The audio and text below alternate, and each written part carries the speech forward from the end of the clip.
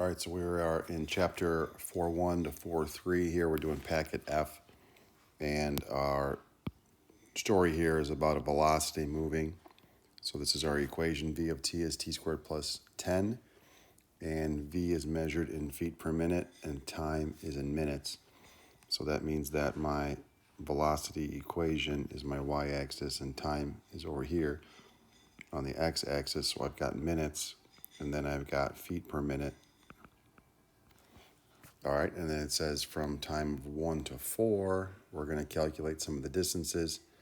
We'll find the approximate area by dividing into rectangles. The width of each rectangle is delta t. The sum of the rectangles are going to be by a Riemann sum. So this first one we're going to do with an L ram, we're going to do an R ram, and then we're going to do a midpoint. And then for the fourth one, you're welcome to try any technique you want if you want to do different intervals, more rectangles, things like that. So starting off, if we're going to do an L ram, so our rectangles are going to be with the left endpoint as the height. So that tells us that we are going to be an under approximation here. So if I'm going to go left endpoint, and let me double check, right, we are going from 1 to 4, right? So then my delta x is going to be 4 minus 1. So I know that's a 3, and so far I have 3 rectangles, right? So that's 3 over 3, which is why we go by ones, right? So I've got rectangle 1, rectangle 2, rectangle 3. So then the area under the curve is going to be, right, your base times your height. If you want to say for rectangle 1, for rectangle 2, and if you want to do subscripts, for rectangle 3. So I know the base 1 is a 1. So the height 1 is dictated by this left endpoint. All right, so I'm going to bring back my equation here so I don't forget what it was. So it's v of t is equal to t squared plus 10. So then if I evaluate that at 1, I'm going to have a height of an 11. Base of rectangle 2 is also a 1. If I evaluate that one there, so now this is the x of a 2, so putting 2 into the function. So 2 squared is 4, 4 plus 10 is 14. So my second height is a 14. My third base is a 1. I'm going to have to come to that third rectangle, take that left endpoint, bring them up. So I'm using x of 3, so that's going to be a 19 as a height. So all the bases are 1, so I really have 11 plus 19 is 30, 30, and 14 is 44. Okay, so what does this area actually represent? So if we're going to multiply our velocity times our time, that's how we're multiplying our base times our height. So if you take your distance equals your rate times time, your old equation, right, that's the same as velocity times time. So this is actually a distance, so my units here are going to be feet. If you think about it from a unit standpoint, right, it's feet per minute multiplied by minutes. So the minutes are going to cancel, so I'm left with feet. All right, so that was our under approximation. So if we come over and do RRAM in a similar fashion, now we're going to take the right endpoint. We're going to come up top here, take the right endpoint, take the right endpoint. So I still have rectangles 1, 2, and 3.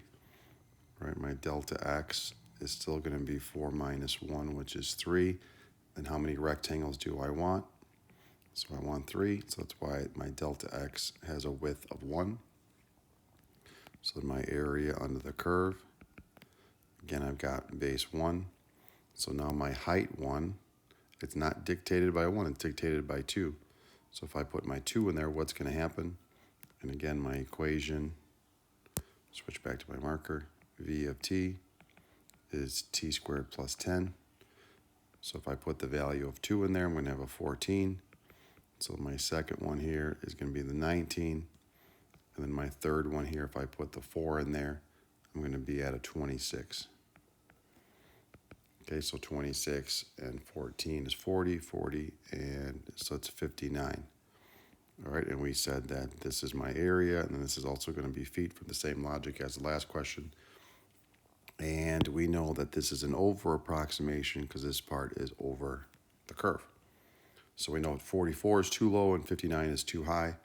So now if we take the MRAM here, so again, I'm going to have my delta x is by b minus a over the number of rectangles I want. I want 3.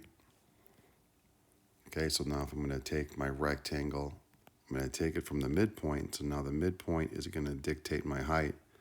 So I'm going to go over to both sides from that midpoint. So this is still rectangle 1. I just went from the midpoint. So going from the midpoint, okay, that's rectangle 2. Going from the midpoint, there's rectangle 3.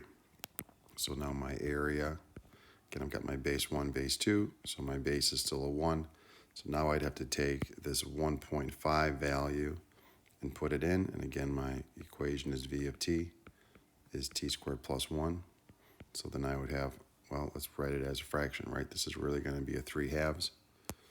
So 3 halves squared is 9 fourths plus 1. My base is 1. Then I'm going to have 5 halves squared is 25 fourths plus 1. And then 3 halves squared is 7.5 squared is 49 fourths plus 1. So when I add up all of that stuff, right, I have 1 plus 1, 2 plus 1, 3 plus 1s. They're all multiplied by 1, so the multiplied by 1 isn't a factor in the problem. So I have 3, so now I've got 9 fourths and 25 fourths. Gives me 34 fourths, 34 fourths, and 50 be 84, 83 fourths. I put a parentheses there, but I wanted to put my plus sign in front because we're going to add those guys up. And 83 fourths is the same. 4 goes into 8 2 times, so 20 and 3 fourths. So my final answer is 23 fourths. So we know this answer is not right because our minimum was 44 and our maximum there was 59. So we should be closer in the middle. I paused the video for a second because now I realize what happened here. I did not write down the problem correctly. It's supposed to be plus 10. So now if I go back and make them all plus 10s, then I'm really adding 30. I'm not adding 3. So if I'm adding 30, now this is a 53 and 3 fourths, and then this is a better approximation for the problem. It makes more sense. All right, now we're going to move on to the next page. So here we just have a lot of verbiage here. So we know that the more rectangles we have, the smaller the width we'll get a better approximation. So as n, right, for my length here, for my left approximation or my right approximation, get closer to each other, we're going to approach the actual area. In reality, the exact area is going to be the limit as n approaches infinity of your right rectangle size or your left or your midpoint, because once you go to infinity, you're going to be the same thing. So the limit as n approaches infinity of the sum based at any point in the subinterval is going to get you what you want. So don't overthink your endpoint there. So my Riemann sum s of n, which you're going to see a lot, s of n, for the function lowercase f on the interval is of the form. And this is what we talked about in class, where I'm going with my sum here, what I get in the end, my area, my approximation. I'm going to add up all of the individual rectangles, right, where f of c sub k right now they're using. Sometimes we used an I or things like that. For each rectangle, I want to multiply the height times the base or the width, and I'm going to add up each of those rectangles, and I'm going to have n rectangles, and then eventually I want to send that n to infinity, so I've got that infinite number. But this is your structure we're working with. We're working on our interval from A to B. It's broken into n subintervals, so your delta x, this is the formula you're going to use like a million times now, is going to be your b minus a over n, and that has to do with your interval and the number of rectangles you want. For textbook problems, sometimes they're going to want 4 or 10, just for the calculation purposes. For actual calculations or trying to do the theory questions, we're going to be sending n to infinity. So the example points are c sub k because they're using c because that's your average or your unique x value in the interval from a to b, and they're using k because k is their index letter for the sigma. Sometimes it's an I, but in this situation they decided to use k. So if each sample point is picked so that f of c is the lowest respective subinterval, then the rectangle will have the lowest sum. Okay, so we've talked about RRAM, MRAM, and LRAM. So now there's a thing called the lower sum, and there's also a thing called the upper sum, so the upper bound. So with that, instead of picking the left or the right or the midpoint, you're always going to pick the lower, or you're always going to pick the higher side of that rectangle. That's not as common in terms of College Board, but in terms of verbiage, in terms of college itself, it's a fair question. There's nothing wrong with that. All right, so the bound of the area approximating the upper and lower limits. Okay, so we're going to go with 1. So if I start here, we're going to do the lower first.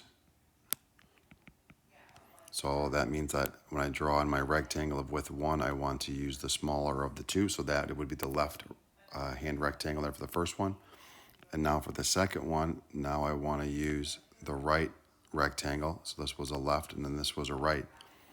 And now again, I want to use the right because it's going to give me the lower approximation. And then here I would also use the right. Okay, so I know my base is always a 1. So I'm just going to factor out that 1. So now my height for the first one is a 4. The height for the second one is a 4. The height for the third one is a 2. And the height for the last one is a 0. So that means my lower bound there is going to be a 10. So then I'm going to change colors here for dramatic effect, and I'm going to go to my upper bound. So now instead of taking the left rectangle there, I'm going to take the right one, so it's going to be taller. Instead of taking the right, I'm going to take the left, etc., here. Okay, so now same idea. I'm going to factor out the base of 1. So the height of the first rectangle is 5. The second one is 5. The third one is 4. And the last one is 2. So now my upper approximation would have an area of 16.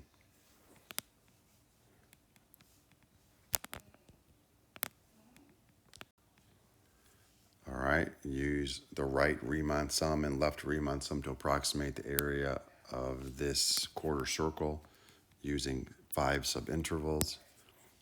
So that means my delta x is going to be, I'm starting at a 1 here, so I've got 1 minus 0 divided by 5.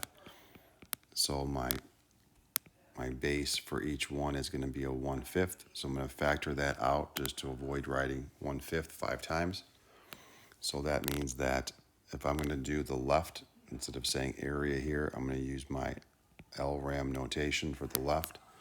So then I'm going to have f of 0 plus f of 1/5 plus f of 2/5 plus f of 3/5 plus f of 4/5. So in terms of calculation here, you can see you're going to input a fraction value. You're going to square it. You're going to subtract it from 1. You're going to square root it. It's going to be an ugly answer, so we're going to use the calculator to do that. So if you type this into your Y1, you can go to your table set and have your table increments, right, change by 1/5, and you can get those values out faster and then calculate it from there. All right, so then we're going to go to the RRAM, and we're going to notice that the width is the same. And as mentioned in class before, so for the RRAM, you're not going to have the same starting point, but those middle points are going to be the same. And then I'm just going to have to add on f of 1 because that would be my right value.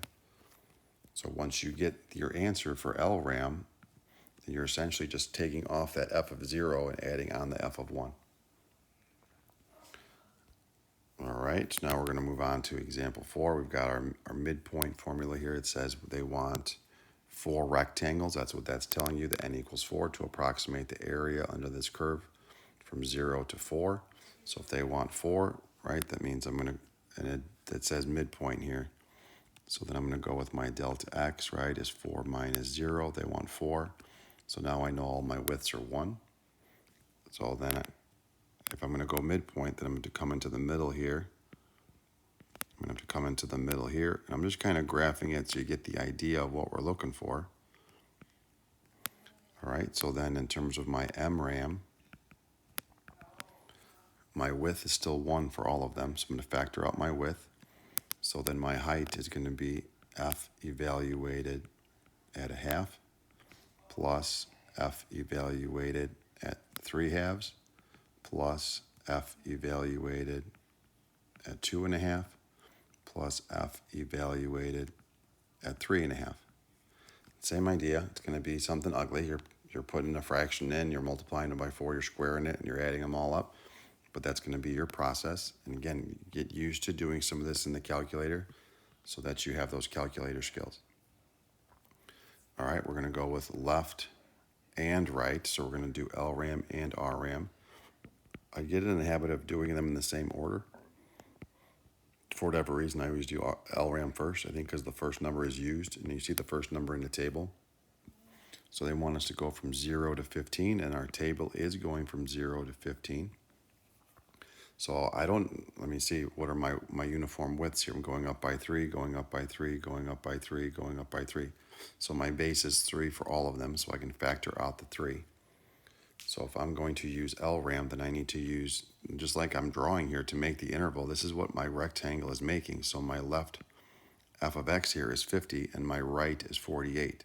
So if I want to do LRAM, the first rectangle is going to have a 50.